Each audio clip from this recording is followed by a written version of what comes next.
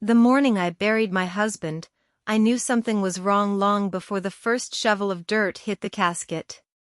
It wasn't just grief crushing my chest, no, this was different.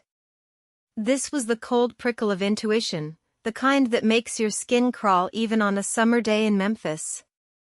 Because while everyone else dabbed their eyes with tissues and whispered about what a good man Bill Manning had been, I saw something that made my blood run cold as the Mississippi in January. My daughter-in-law, Jessica, leaned over the mahogany casket.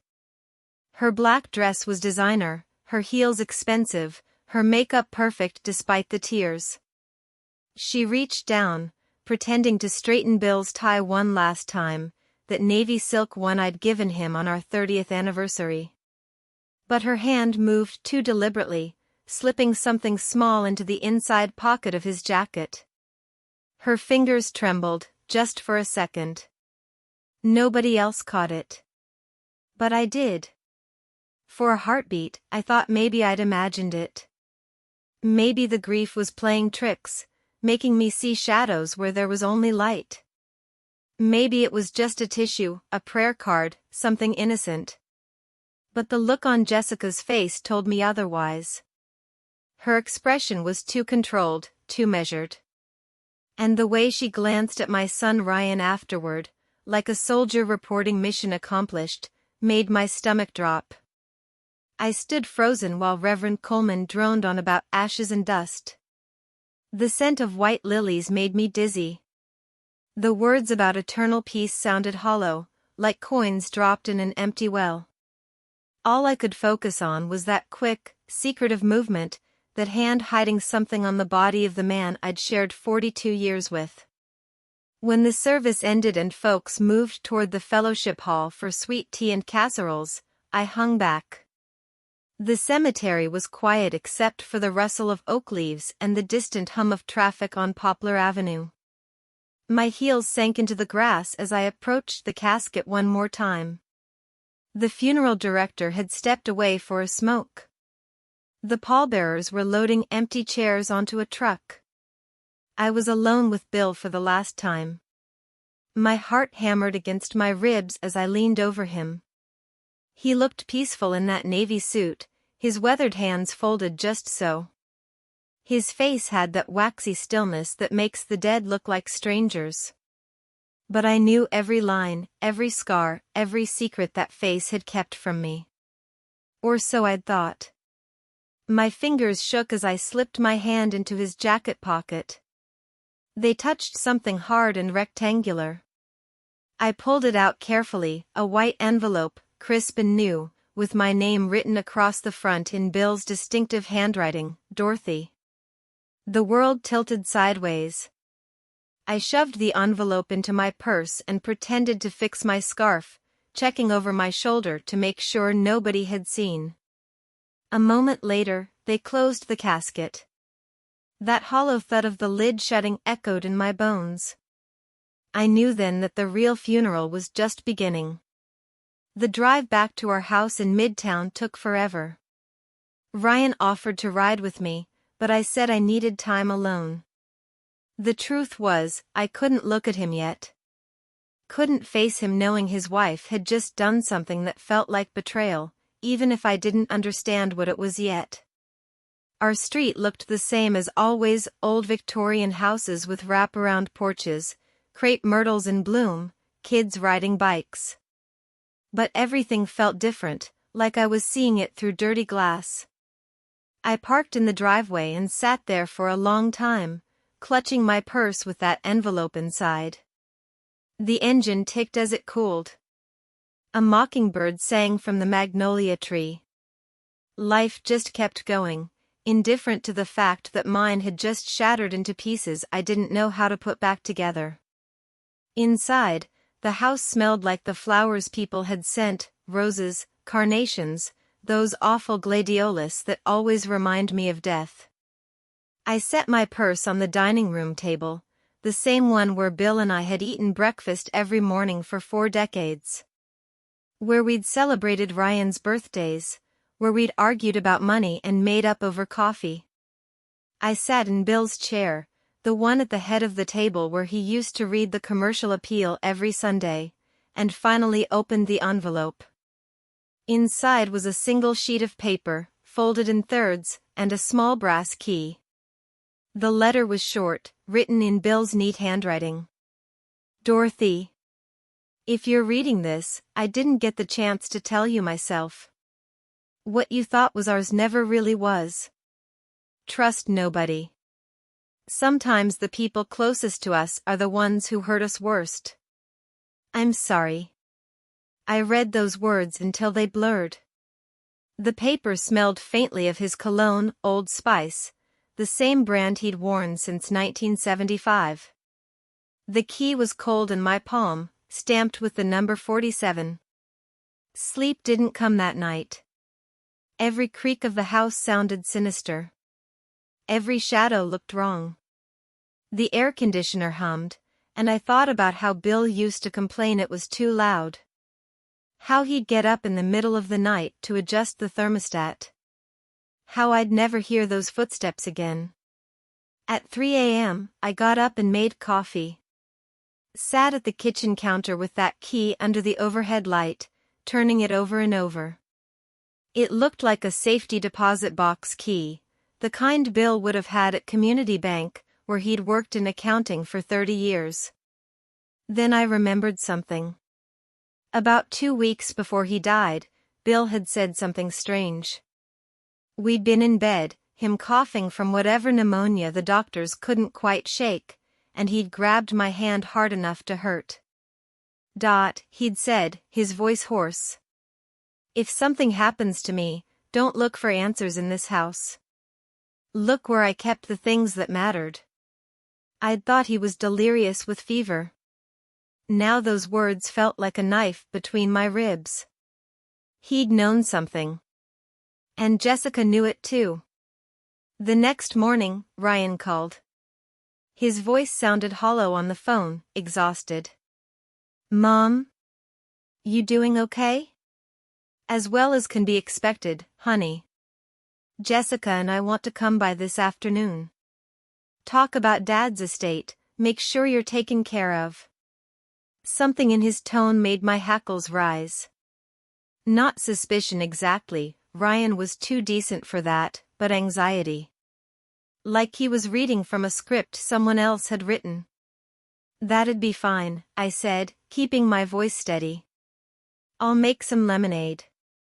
After I hung up, I held that key so tight it left an imprint in my palm.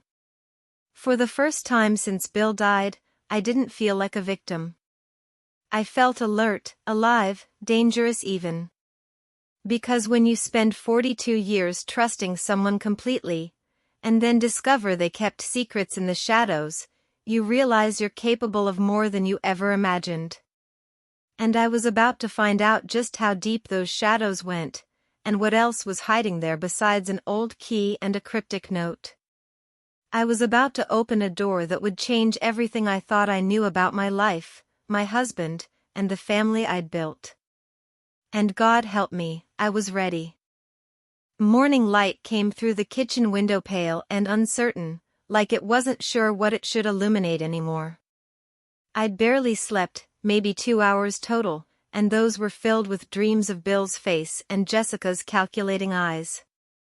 The coffee maker gurgled, and I poured myself a cup, standing at the counter where Bill used to stand every morning, reading box scores and complaining about the Grizzlies. Everything reminded me of him. The indent in the leather recliner. His reading glasses on the side table. The bottle of Tums he kept by the bathroom sink. But now those reminders felt like accusations, like evidence of a life I'd only half understood. That key sat on the counter, catching the light. Number 47.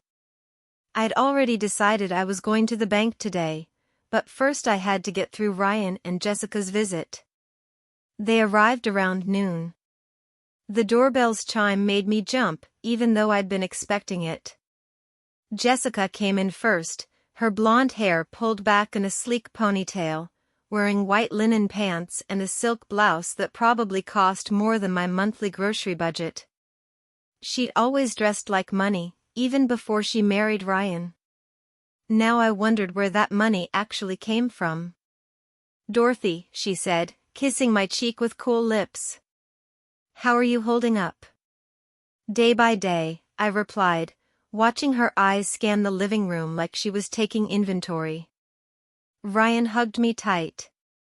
He looked exhausted, dark circles under his eyes that reminded me of when he was a little boy afraid of thunderstorms. "Hey, Mom. You look tired." "So do you, baby." We settled in the living room. Jessica perched on the edge of the sofa, her posture perfect, her smile fixed. Ryan sat close to me, holding my hand. The gesture would have comforted me yesterday.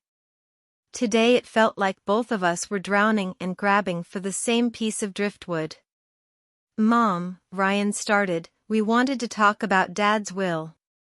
Make sure everything's in order, that you're taken care of financially." "That's thoughtful," I said carefully. "But your father was always organized about those things." Jessica leaned forward. "Actually, Dorothy, there are some complications we need to discuss.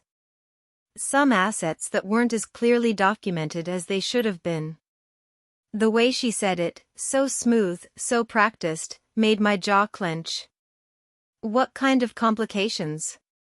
"Well," she glanced at Ryan, who suddenly found the carpet fascinating, "there are some properties, some accounts, that need to be properly transferred. We just want to make sure the paperwork is handled correctly." I thought about that envelope in the casket, about the key in my pocket right now. "I appreciate your concern. But I think I should probably talk to Bill's attorney first. Mr. Phillips has handled everything for us for years." Something flickered in Jessica's eyes. Not quite panic, but close. "Of course. We just thought, since Ryan is the executor, we could help streamline things. Save you the stress." "Ryan's the executor?" I looked at my son. "Your father never mentioned that to me." Ryan shifted uncomfortably. "It was in the most recent version of the will, Mom. Dad updated it about 6 months ago. He probably just didn't want to worry you about paperwork." 6 months ago. Right around the time Bill started acting strange. Coming home late from work, taking phone calls in the garage, writing in that leather journal he kept locked in his desk drawer. "I see," I said softly. "Well, I'm sure everything will work out fine." We made small talk for another 20 minutes, about the funeral, about people who'd sent flowers, about whether I was eating enough. Jessica's eyes kept drifting to the hallway that led to Bill's study. Ryan kept checking his watch. Both of them seemed eager to leave, but also reluctant, like they were waiting for something. When they finally stood to go, Jessica paused at the door. "Dorothy, if you come across any of Bill's papers, old documents, letters, anything like that, you'll let us know, won't you? For the estate." I smiled my sweetest grandmother smile, the one I used to use on Ryan when I knew he was lying about breaking something. "Of course, dear. If I find anything important, you'll be the first to know." After they left, I watched through the window as they sat in their car for a full 5 minutes, Jessica talking animatedly, Ryan nodding. Then they drove away, Jessica's BMW disappearing down the street like a sleek black shark. I didn't waste time. I called a cab. I wasn't about to drive myself, not with my hands shaking like this, and headed downtown to Community Bank. The bank sat on the corner of Union and 2nd, a limestone building that had been there since the 1920s. Bill had worked on the 3rd floor for 30 years, coming home every evening smelling like copy paper and air conditioning. How many secrets had he filed away in that building? How many lies had he told me while sitting at that desk? Inside, the lobby was all marble floors and 2 bright lights. The security guard recognized me immediately. Mrs. Manning. I'm so sorry about Mr. Manning. He was a good man. Was he? I wanted to ask. But instead I just nodded and said, "Thank you, Earl. I need to access a safety deposit box." The woman at the desk, young, with bright red lipstick and a name tag that said Kimberly, checked her computer. "Box number? 47. She clicked through some screens, then looked up with concern. "Mrs. Manning, that box is listed under your husband's name only. Do you have documentation showing you're authorized to access it?" I pulled out the key and set it on the counter. "I have this. And I have 42 years of marriage certificates, tax returns, and shared bank accounts. My husband is dead. I think I'm entitled to see what he left behind." Something in my voice must have convinced her, because she made a call to a manager. 10 minutes later, I was being led down a corridor lined with metal doors, my footsteps echoing on linoleum that had probably been installed when Kennedy was president. The safety deposit box room was small and cold, with a single table and chair. Kimberly used her key along with mine to open box 47, then left me alone with whatever secrets Bill had locked away.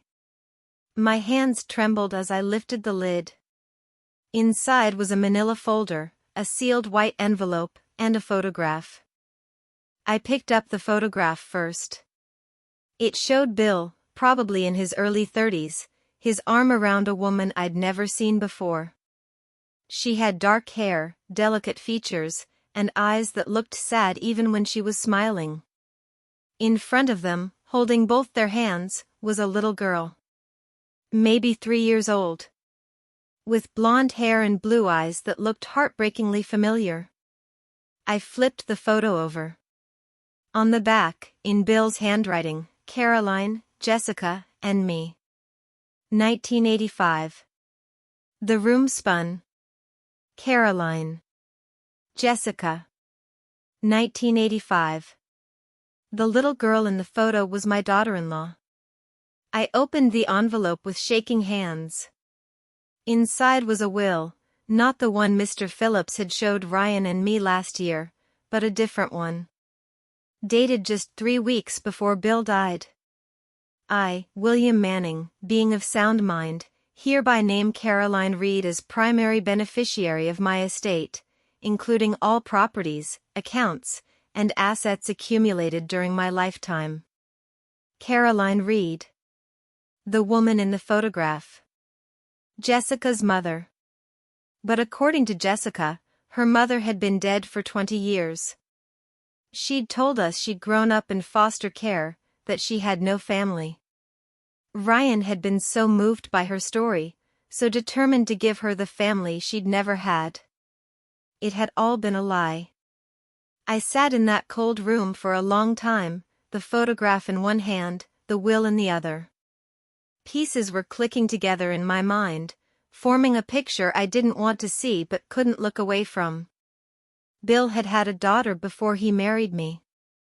Maybe even while we were dating. He'd kept her secret, kept Caroline's secret, for 40 years. And somehow, that daughter had found us. Had seduced my son. Had wormed her way into our family. But why? What did she want? Money? Revenge? Both? I thought about the envelope she'd slipped into Bill's casket. Had it been a message to him? A taunt? Or had she been retrieving something else, something she didn't want me to find? I gathered everything carefully, put it all back in the box except for the photograph and the will. Those went into my purse. Then I walked out of that bank with my head high and my heart hammering, because I finally understood what Bill had meant in his letter. Trust nobody. Sometimes the people closest to us are the ones who hurt us worst. He'd known Jessica was his daughter. He'd known she'd married Ryan for a reason.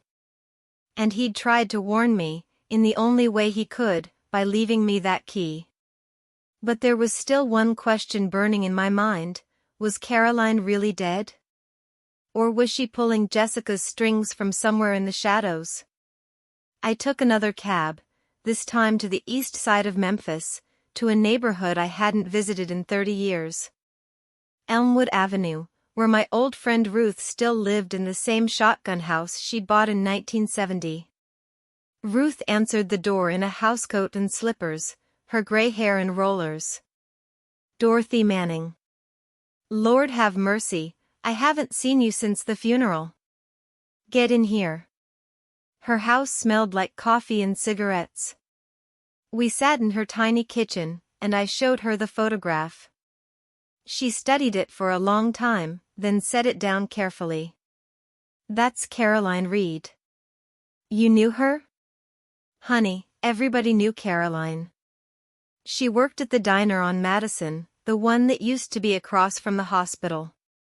Pretty thing. Quiet. Kept to herself mostly. Ruth lit a cigarette. Bill used to go there for lunch every day. And then one day, Caroline stopped showing up for work. People said she'd moved away, had a baby. There were rumors about who the father was. And? Ruth looked at me with sad, knowing eyes. Everybody knew it was Bill, Dorothy. But nobody was going to tell you. You'd just gotten married, you were so happy. And Bill, he was taking care of them. Sending money. People figured it was his business. I felt something crack inside my chest. Did she die? Caroline? I heard she did, yeah. Cancer, maybe 15 years ago. But she had a daughter. Blonde girl. Don't know what happened to her after Caroline passed. Now I knew. Jessica had grown up knowing her father was Bill Manning. Knowing he had another family, a legitimate one, while she and her mother scraped by on whatever guilt money he sent. And she'd spent years planning how to take everything that should have been hers. I thanked Ruth and left before I started crying. Back home, I sat in Bill's study, surrounded by his books and his smell and his secrets. I opened his desk drawer, the one I'd never been able to open before because he kept it locked, with a letter opener. Inside was his journal. I read it cover to cover. Every page was a confession. His affair with Caroline. His daughter. His attempts to help them while keeping them hidden. His guilt. His fear that one day it would all come out. The last entry was dated 2 days before he died. Jessica knows everything now. She confronted me at the office. She has Caroline's letters, Caroline's medical bills, proof of every payment I ever made. She wants what she calls justice. I call it revenge. She's going to destroy everything, this family, my reputation, Dorothy. I have to stop her, but I don't know how. I'm so tired. Maybe it's better if I just let it all burn. I closed the journal and pressed my hands against my eyes. Bill hadn't died of pneumonia. Or if he had, it wasn't from natural causes. Jessica had killed him. I was sure of it. And now she was working on phase 2, getting control of the estate by manipulating Ryan. But she'd made one mistake. She'd underestimated me. I was done being the grieving widow. Done being the confused old woman they could push around and lie to. Tomorrow, I was going to Mr. Phillips' office with every scrap of evidence I had. I was going to expose every lie Jessica had ever told. And I was going to make sure she paid for what she'd done to my husband, to my son, and to me. Because sometimes the person who looks most innocent is really a wolf in sheep's clothing. And this wolf was about to find out that even old sheep have teeth. I didn't sleep that night either. Couldn't. Every time I closed my eyes, I saw Bill's face in that casket, Jessica's hand slipping that envelope into his pocket, Ryan's trusting smile. My boy had no idea he'd married a snake. How could he? She'd played her part perfectly, the orphan looking for love, the sweet daughter-in-law who brought pecan pie to Sunday dinners and remembered everyone's birthday. At dawn, I made coffee and called Mr. Phillips' office. Left a message saying I needed to see him urgently. Then I sat at the kitchen table and organized everything: the photograph, the secret will, Bill's journal, pages marked with sticky notes where he'd written about Caroline and Jessica. The morning light turned the magnolia trees' leaves to gold. A mockingbird sang. The world kept spinning like nothing had changed, but everything had. Mr. Phillips called back at 8:30. Mrs. Manning, I'm so sorry for your loss. How can I help you? I need to see you today. It's about Bill's estate. And about some documents I found that you need to see. There was a pause. What kind of documents? The kind that prove my daughter-in-law has been lying to us from the day she showed up in our lives. Another pause, longer this time. Come to my office at 10. I'll clear my schedule. I dressed carefully, navy pants, a cream blouse, pearl earrings Bill had given me on our 20th anniversary. Armor, that's what it was. I was going into battle, and I needed to look like a woman who wouldn't be dismissed or patronized. Phillips and Associates was downtown, in one of those old buildings with marble lobbies and elevators that creaked. Mr. Phillips is James, he always insisted I call him, had been Bill's attorney for 25 years. He was in his 60s now, gray-haired and dignified, with reading glasses that slid down his nose. He stood when I entered his office, came around the desk to shake my hand. Dorothy. Sit, please. I sat. Opened my purse. Spread everything across his mahogany desk like cards in a poker game I was determined to win. Good Lord, he whispered, picking up the photograph. Is this Jessica? When she was 3 years old. With her mother Caroline and my husband. He studied it, then reached for the will. Read it slowly, his frown deepening with every line. I never saw this document. Because Bill hid it. Along with everything else. Dorothy, I don't know what to say. This signature is authentic, I can tell you that. But why would Bill? Because Jessica is his daughter. His illegitimate daughter from an affair he had before we got married. Maybe even after. My voice was steady, cold. I'd cried all my tears last night. Now there was just ice. And she's been playing my son like a fiddle, working her way into this family to take what she thinks should have been hers all along. James sat back in his chair, removed his glasses. You realize what you're suggesting?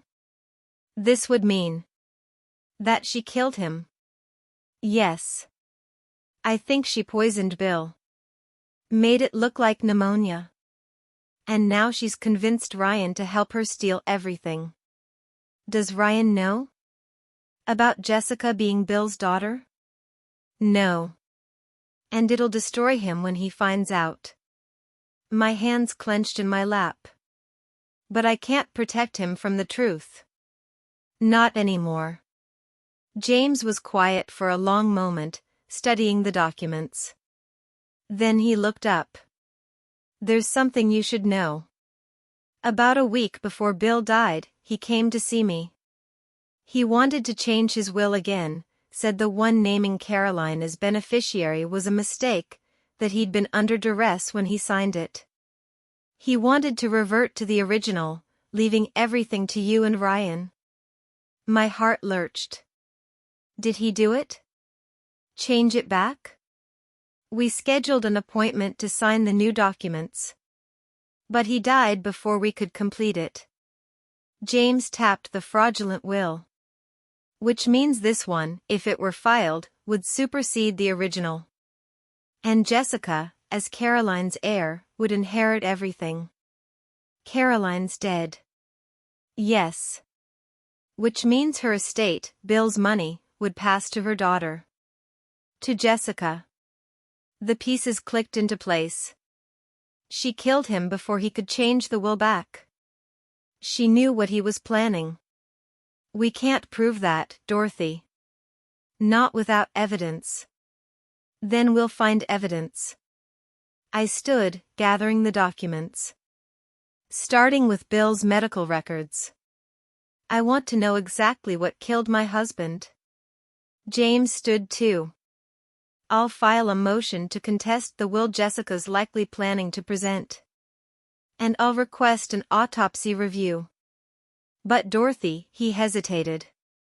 If Jessica really did this, she's dangerous. You need to be careful. She should have thought of that before she went after my family. I left his office feeling stronger than I had in days. I had a plan now, a purpose. I wasn't just a grieving widow anymore. I was a woman on a mission. But first, I had to talk to Ryan.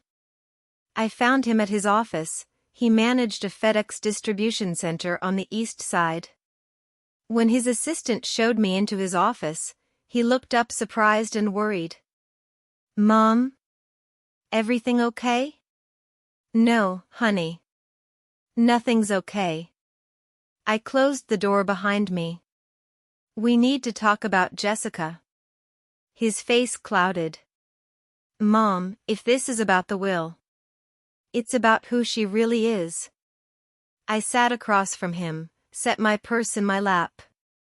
Ryan, there's no easy way to tell you this. Jessica isn't who she says she is. Her mother wasn't a stranger to us. She was, I swallowed hard. She was your father's mistress. And Jessica is his daughter. The color drained from Ryan's face. That's insane. Dad would never. Your father had an affair 40 years ago. Before we were married, maybe during. I don't know all the details. But he had a daughter with a woman named Caroline Reed, and he kept it secret our entire marriage. I pulled out the photograph, slid it across his desk. That's Jessica when she was 3. Ryan stared at it like it might bite him. His hands shook as he picked it up. This can't be real. It is. And there's more. I told him everything, the will, the journal, Bill's final entry about Jessica confronting him. I think she married you to get close to the family. To take what she thought should have been hers. No. Ryan set down the photograph, pressed his hands against his eyes. No, she loves me. We've been married 3 years. We're trying to have a baby, Mom. She wouldn't. Wouldn't she? I asked gently. Think about it, honey. How did you two meet? He was quiet for a moment. At a hospital fundraiser. She said she was new in town, working in event planning. Did you ever meet any of her friends from before? Any references from her old jobs? His silence was answer enough. She targeted you, Ryan. Found you, learned everything about you, made herself exactly what you'd fall in love with. And now she's trying to convince you to help her steal your inheritance. I can't, his voice broke. I can't believe this. Jessica's my wife. She's your half-sister, I said quietly.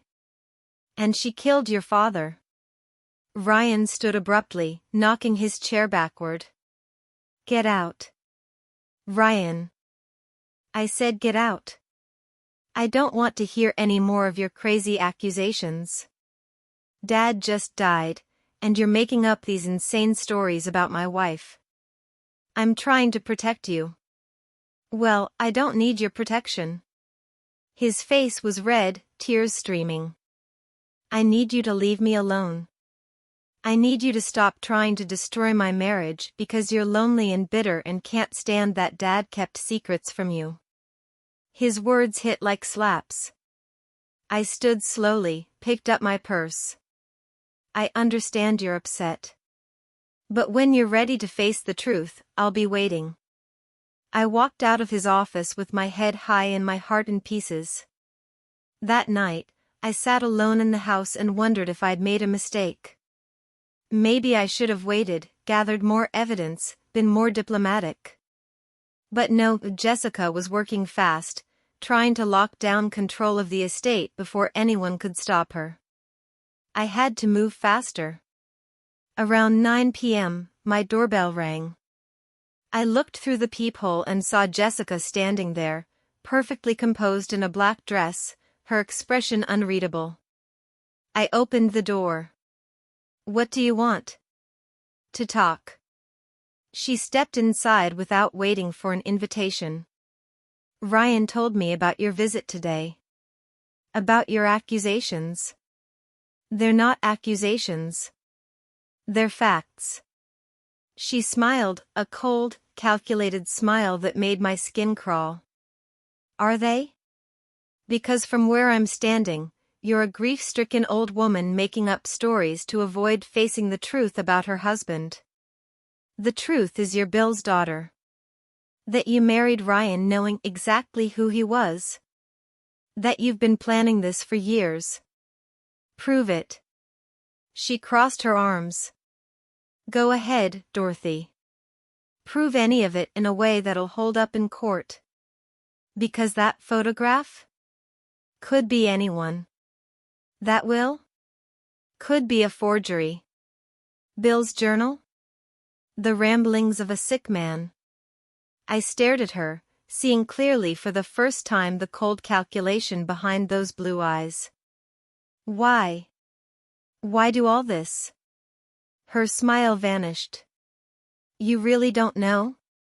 You lived in this big house, drove nice cars, took vacations, while my mother and I scraped by in a one-bedroom apartment. She worked herself to death, literally, while Bill Manning played happy family with you and Ryan. She died when I was 17, Dorothy. Died with $37 in her bank account and medical bills she could never pay. So this is revenge. This is justice. Bill owed us. He owed my mother a real life, not secret payments and empty promises. And since he's gone, his estate will settle the debt. Over my dead body." Jessica's expression didn't change. "That can be arranged." The threat hung in the air between us. My pulse hammered, but I didn't look away. "Get out of my house," I said quietly. "Gladly." "But Dorothy?" She paused at the door. "You should know, I have copies of everything. Every document, every photo, every page of that journal. And I have lawyers who are very good at making old wills disappear and new ones appear. You can fight this all you want, but you'll lose. And in the process, you'll destroy Ryan. Is that really what you want?" After she left, I locked every door and window. Checked them twice. Then I called James Phillips. "She threatened me," I told him. "Tonight. In my own home." "Did you record it?" "No, I felt stupid. I didn't think." "Start thinking, Dorothy. If Jessica's as dangerous as we believe, you need to be smarter. Don't meet with her alone. Don't accept any food or drinks from her. And for God's sake, get a security system installed." That night, I barely slept. Every sound was Jessica breaking in. Every shadow was Bill's ghost, disappointed in me for letting his secrets destroy our family. But morning came, as it always does. And with it came clarity. I couldn't fight Jessica legally, not yet, not without more evidence. But there was someone who might have answers. Someone Bill had mentioned in his journal, someone who'd known Caroline back in the day. A man named Frank DeMarco. According to Bill's notes, Frank had been Caroline's brother, or maybe her boyfriend. The entries weren't clear. He'd helped Bill arrange the secret payments, had acted as go-between when Caroline didn't want direct contact. I found Frank's address in an old Rolodex in Bill's study. He lived out in Fraser, in a neighborhood that had seen better days. The next morning, I took a cab there. Frank's house was a small brick ranch with bars on the windows and a chain-link fence around the yard. When I knocked, a man in his 60s answered, balding, heavy, with eyes that had seen too much. "Frank DeMarco? Who's asking?" "Dorothy Manning. Bill Manning's widow." His expression shifted, surprise, then wariness. "Bill's dead." "I know. That's why I'm here. I need to know about Caroline Reed. And about Jessica." He studied me for a long moment, then stepped aside. "Come in." His living room was dark, cluttered, smelling of old cigarettes and regret. We sat on a worn sofa, and I showed him the photograph. "Yeah, that's Caroline," he said softly. "And the kid. Jessica. Were you Caroline's brother?" "Cousin. But close as siblings. I tried to help her after Bill left her high and dry." His voice was bitter. "He promised to marry her, you know. Told her he'd leave you. But he never did." My stomach turned. "When did she die?" "She didn't." The room spun.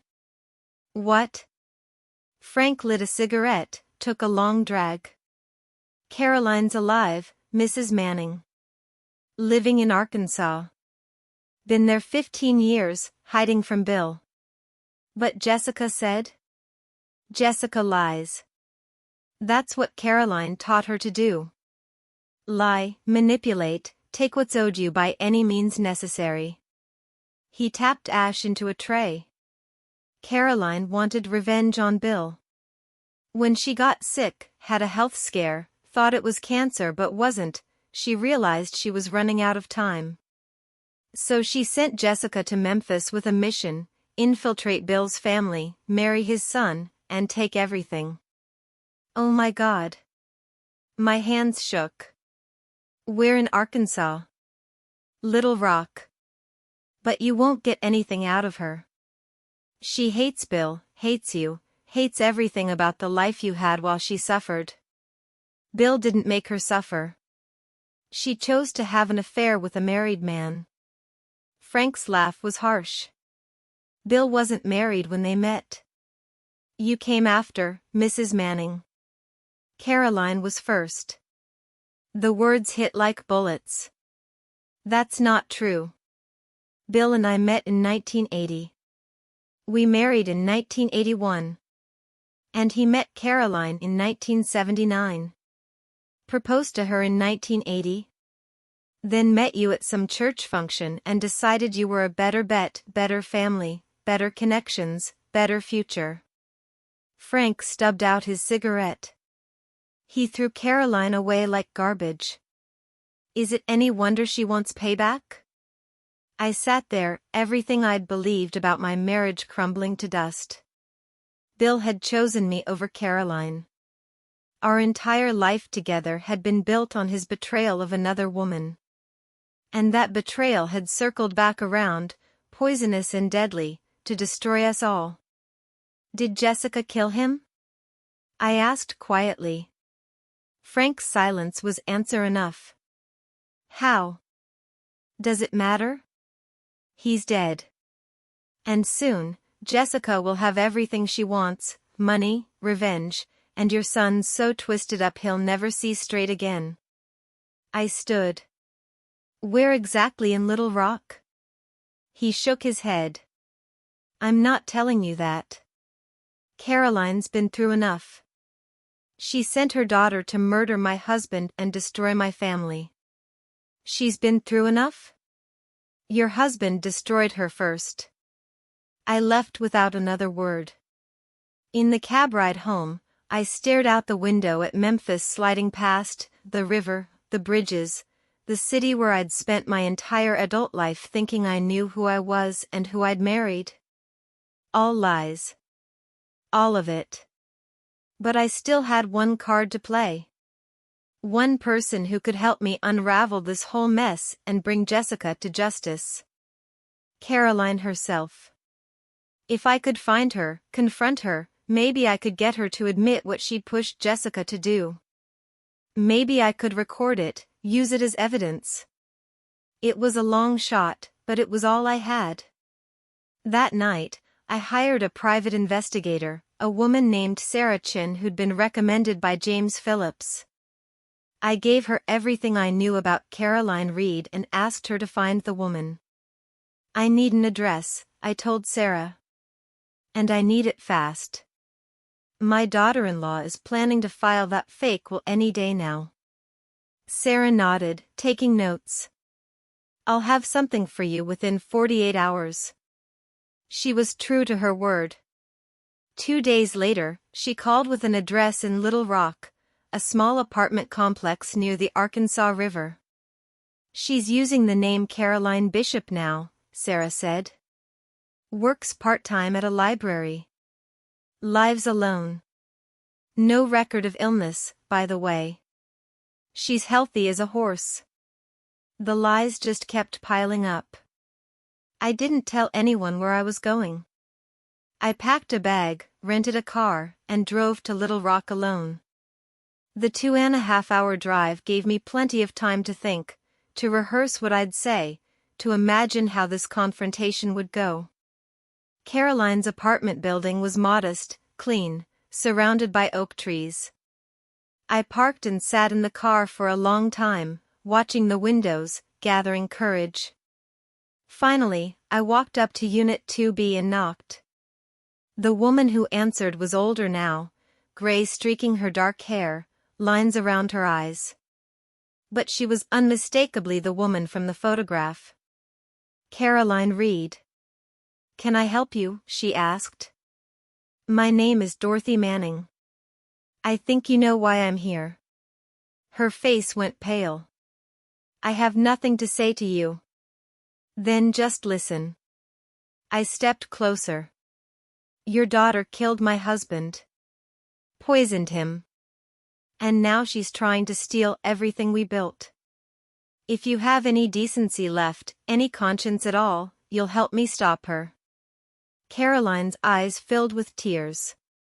Bill deserved what he got. Maybe.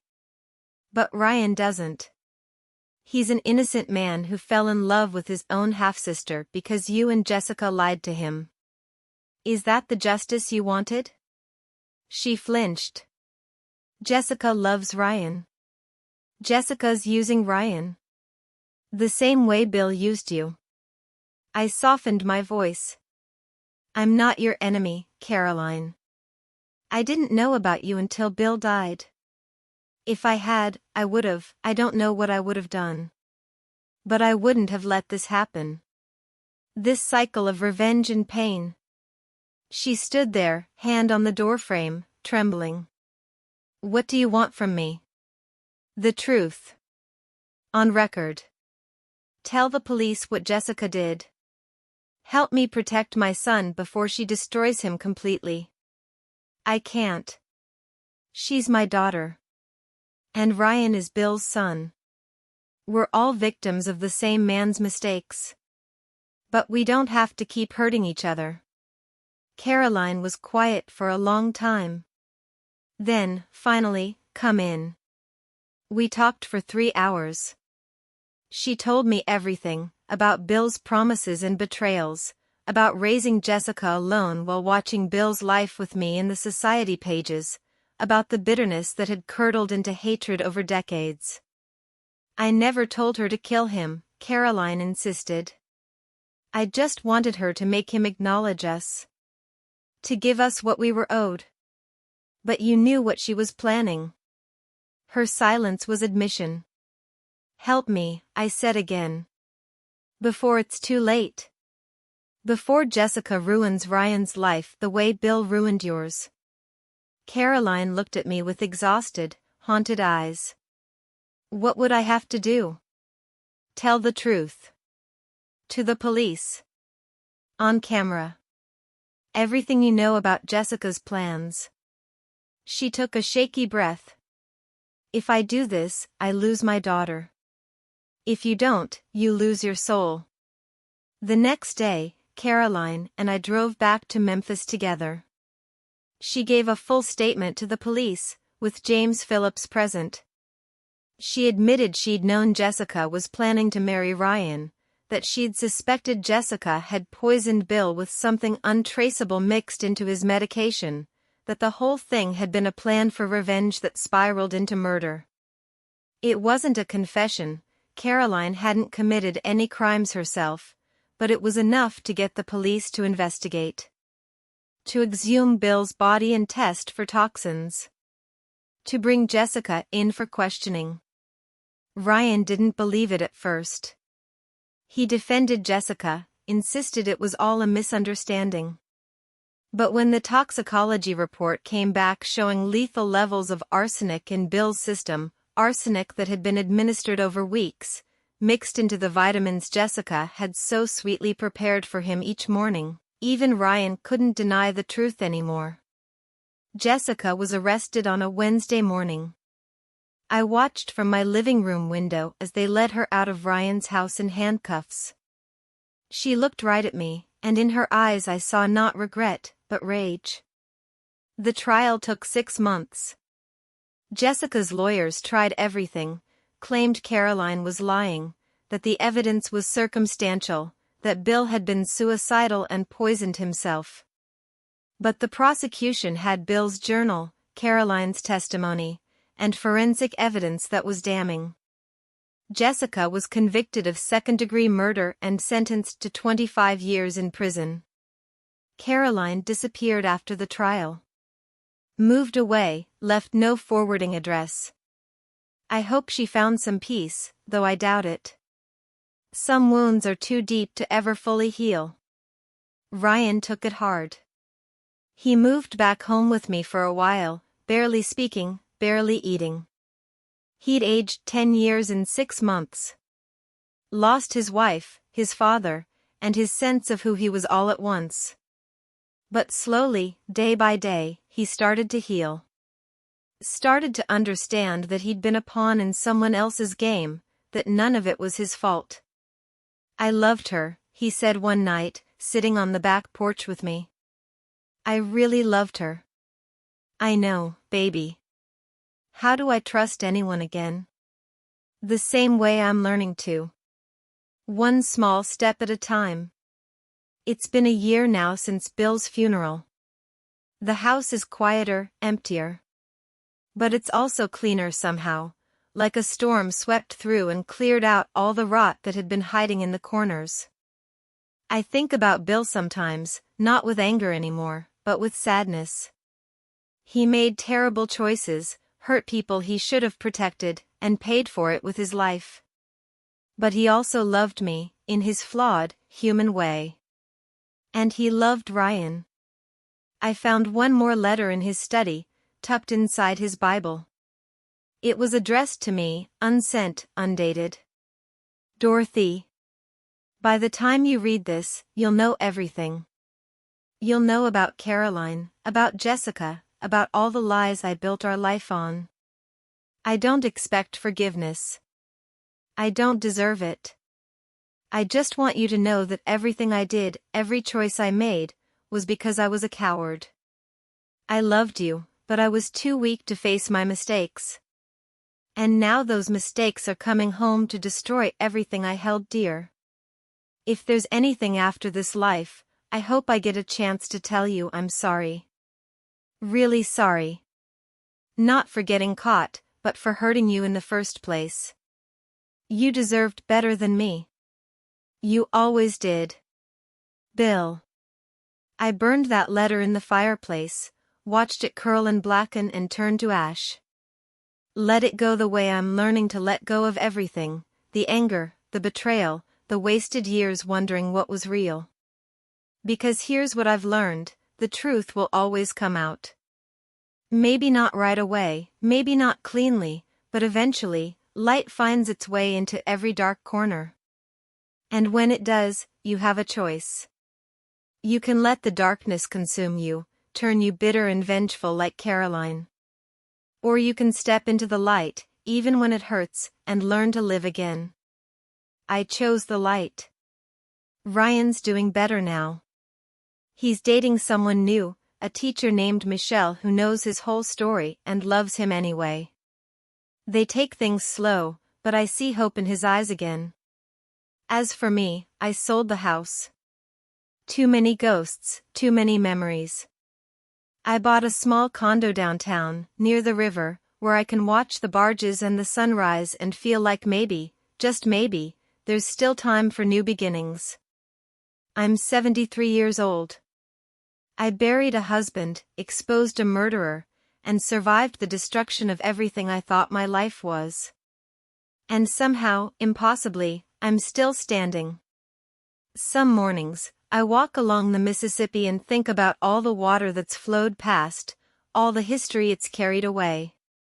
And I think maybe that's what forgiveness is, not forgetting, but letting go. Letting the current carry away the pain and the anger and the need for revenge, until all that's left is the truth. And the truth is this, I loved Bill Manning, flaws and all. He wasn't perfect, and neither was our marriage. But it was real, at least to me. And I refused to let Jessica's hatred or Caroline's bitterness steal that from me. I survived. I'm still here. And that's enough.